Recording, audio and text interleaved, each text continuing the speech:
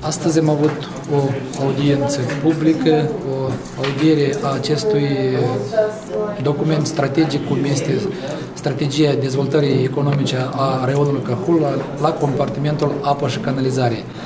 Au fost audieri publice cu reprezentanții stării civile din raionul Cahul, au fost multe lacune, au fost multe presupuneri, au fost multe propuse la șlefuirea acestui document, care ulterior va fi aprobat la ședința Consiliului cu data de 17 iulie. Eu am răsfoit acest proiect, vreau să spun, Sergiu, e ieșit, oricum noi avem redactate, deci din punct de vedere a redactării, greșeli groaznice. Deci eu n-aș fi admis. Deci formularea are impresia că anumite pasaje pur și simplu sunt traduse din engleză și da, și nu știu, luate segmente așa și parcă fără nicio logică în formulare. Cu un astfel de document specific, tematic, se impune să existe o listă cu explicare de termeni sau abrevieri. Se vorbește despre această calitate a apei, dar nu am văzut că, și mi se pare normal, în moment ce se fac referințe și un plan de acțiune la care o să mă refer acum, date 2-3 date de la Centrul de Sănătate Publică, dacă tot există.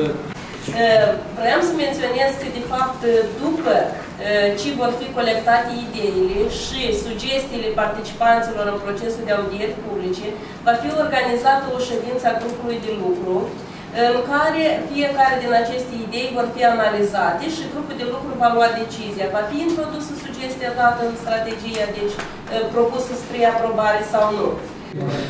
Apa din raionul Cahul este foarte contaminată, știind faptul că fântânile sunt poluate și nu sunt bune ca apă potabilă pentru cetățenii raionului Cahul. De aceea, prin intermediul acestui document, va da posibilitatea să conectăm sau să racordăm populația raionului Cahul la întreprinderea municipală, cum este Apa Canal, a orașului Cahul. Ne va da posibilitatea să aducem atât în sate cât și în